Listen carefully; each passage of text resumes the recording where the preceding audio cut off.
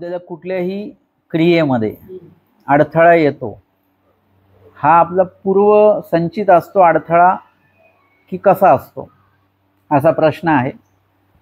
तर मुळात म्हणजे आपल्याला जे काही सुखदुःख होत असतात, कुणामुळेही वैयक्तिक आपल्यामुळे आपल्याला काही दुःख संकट येत असतात, हे सगळं काही आपण जोडलेलं असतं.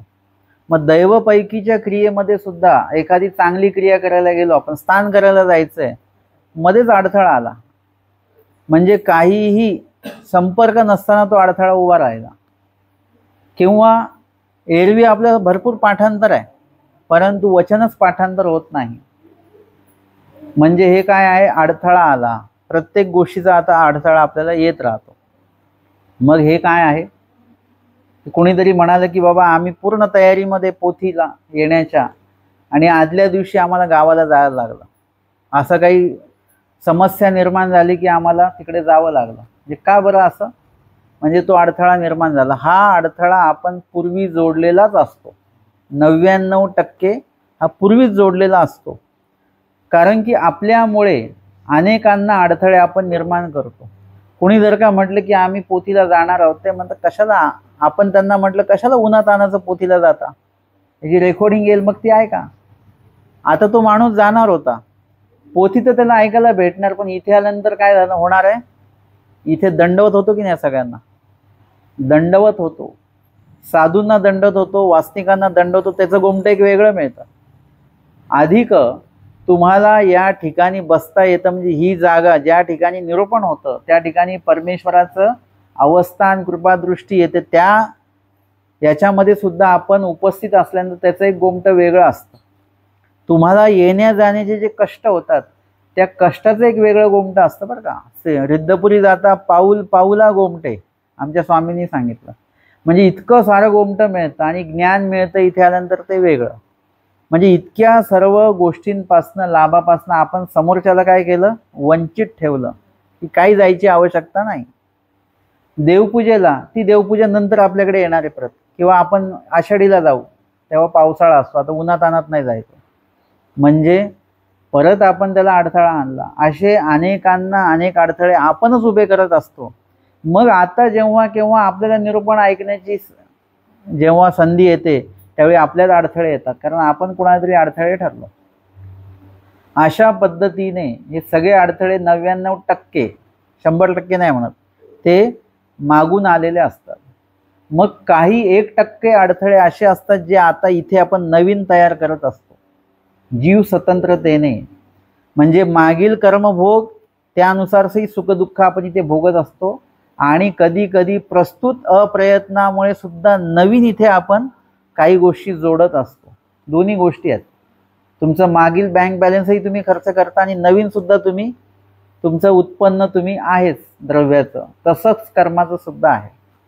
म्हणून आपल्याला दोन्ही गोष्टींकडे लक्ष द्यायचं की मागील जो काही कर्मभोग आहे तो उभा ठाकला की त्याच्याविषयी देवाकडे प्रायश्चित्त करा, की मागील जे काही मी कोणासाठी काही अडथळा ठरलो, अनुसरणासाठी, देवपूजेसाठी, निरूपणासाठी, सेवादास्यासाठी, प्रत्येक ईश्वर कार्यासाठी मी कोणाला अडथळा ठरलो असेल तर देवा तो अडथळा तुम्ही माझ्याकडनं योग्य तो विधी करून नासून घ्या. तो पारायण करून नासणार नाही बरं का, पारायण करून अडथळे नासत नसतात.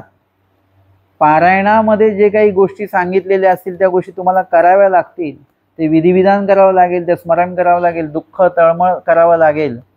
आणि मी अजून एक सांगितलं की योग्य तो विधी घडवून, म्हणजे एखादा अडथळा नासण्यासाठी एखादा विधी देवाकडनं तो आपल्याला प्राप्त झाला पाहिजे, तर तो अडथळा नासत असतो. भटोबासांची पोट दुखत होतं, देवाने कुठला विधी सांगितला, गुंडे वा, किती 22 दगड वा, म्हणजे तो विधी सांगितला. विधी करिता अविधी परिहार, म्हणजे अविधीचा परिहार करण्यासाठी विधी करणं हे करावंच आवश्यक आहे. म्हणून इथे देवाकडे ती प्रार्थना आपण करायची, आणि तो जो अडथळा मागील असेल तो देव नासून टाकतील, योग्य विधी घडवतील आपल्याला. आणि प्रस्तुत असेल तर प्रस्तुत अडथळा आपण उभाच होऊ द्यायचा नाही. जरी आपल्याला कळलं की नाही हे शक्य नाही, तरी देवाला सांगा, देवा हा अडथळा जो उभा राहणार आहे, काही काही अडथळे पुढे उभे राहणार आहेत हे आपल्याला आधीच कळत असतं बरं का.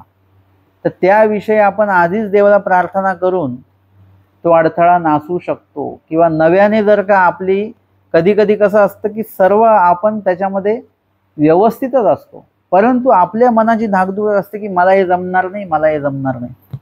जसं पदयात्रेला जाताना काही लोक म्हणतात मला चालणंच होणार नाही. तुम्ही गेले कधी पदयात्रेत? नाही. मग कसं काय म्हणता चालणं होणार नाही?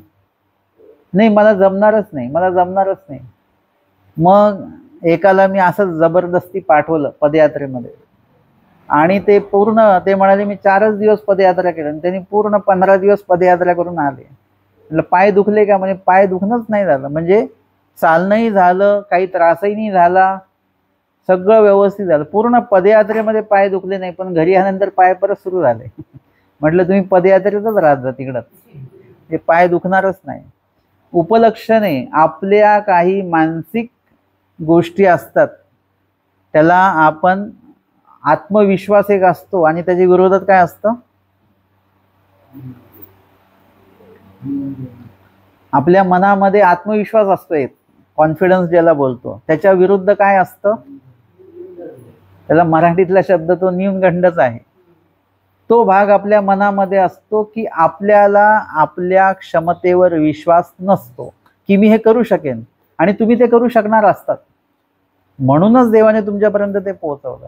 पण आपल्या मानसिकतेपायी काही काही गोष्टी आपण सोडून देत असतो. नंतर मग ते म्हटलं जातं की आम्ही केलं असतं तर बरं झालं असतं, मला हे जमलं असतं. उपलक्षण आहे. म्हणून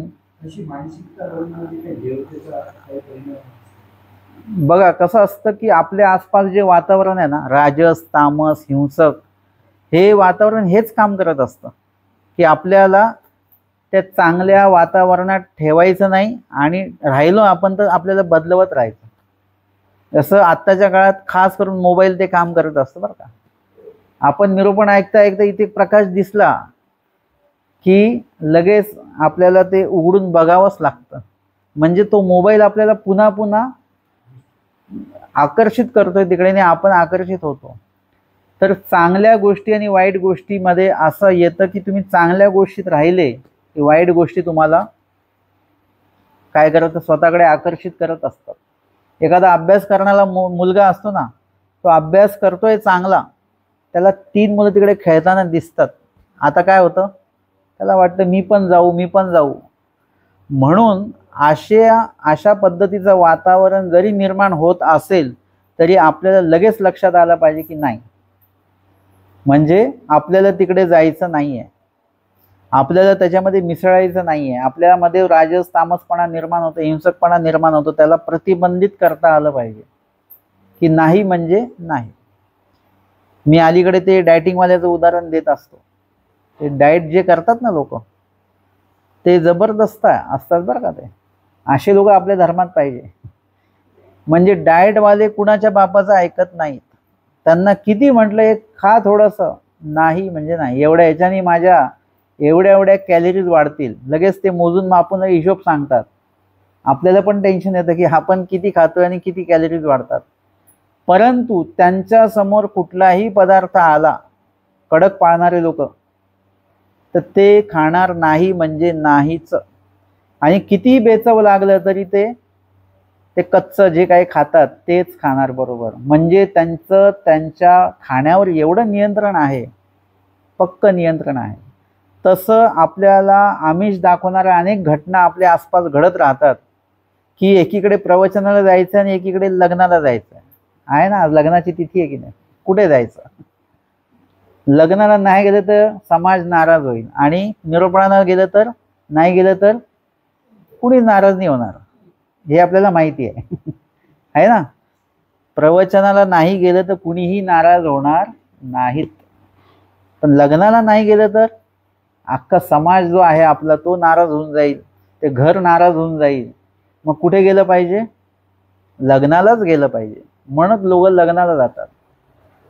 परंतु काही लोक असे आहेत बरं का, ज्यांना आपण धर्मवेडे म्हणू नाही तर काही म्हणू, परंतु जर का धर्मकार्य असेल तर ते धर्मकार्याकडेच येतात, ते कर्मकार्याकडे नाहीच जात. असे काही लोक बघितलेले, त्यांना समाज वेडा म्हणतात.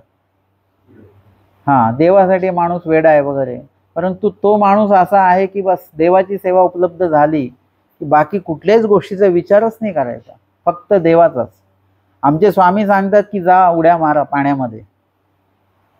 आपण असतो तर आपण नसते, आपण तर उन्हात जात नाही तर पाण्यात काय जाणार आहे आपण. काही लोक का प्रवचनाला का नाही आले, ते म्हणतात पाऊस होता खूप. तुम्हाला पोहता येतं की नाही. म्हणजे इतका काही पाऊस नसतो की आपण वाहून जाऊ त्याच्यामध्ये, चालत येऊ शकतो आपण. परंतु भट्टोबास नाथोबास आणि भट्टोबासांनी कुठलाच विचार नाही केला. देवाने सांगितलं उड्या मारा मारा. म्हणजे इथे देवाचाच विचार महत्वाचा आहे, बाकी कुठलाच विचार महत्वाचा नाही. असं आपण पक्के झालो पाहिजे. त्यावेळेला देवाकडनं सुद्धा तुम्हाला सहाय्य बरोबर प्राप्त होतं.